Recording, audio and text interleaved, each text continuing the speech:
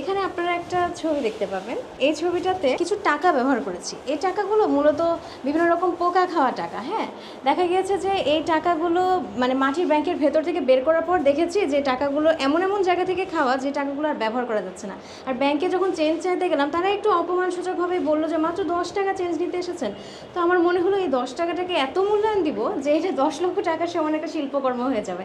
সেই থেকে এই কথাটা লেখা। আর আমার মনে হলো টাকাগুলো যেন আমার সাথে কথা বলছিল যে আমরা তাও তো আসল, তাই না, আমরা তো জাল না। তো মানুষের জীবনটাও কিন্তু এরকম, যখন ডিজেনারেশন হয়, হাড় ক্ষয় হয়ে যায়, বৃদ্ধ বয়সে গিয়ে মানুষ কিন্তু এভাবেই অবহেলিত হয়। তো এই টাকাটাকে আমার কাছে তখন সেই বৃদ্ধ মানুষের সাথে তুলনা করতে মনে চাইলো।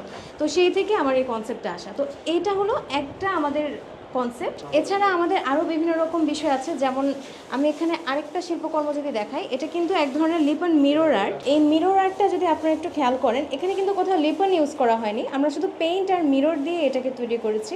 এবং বাচ্চারা, এখানে সব থেকে ছোটো যে বাচ্চা, সেও কিন্তু এই কাজটা করতে পারবে।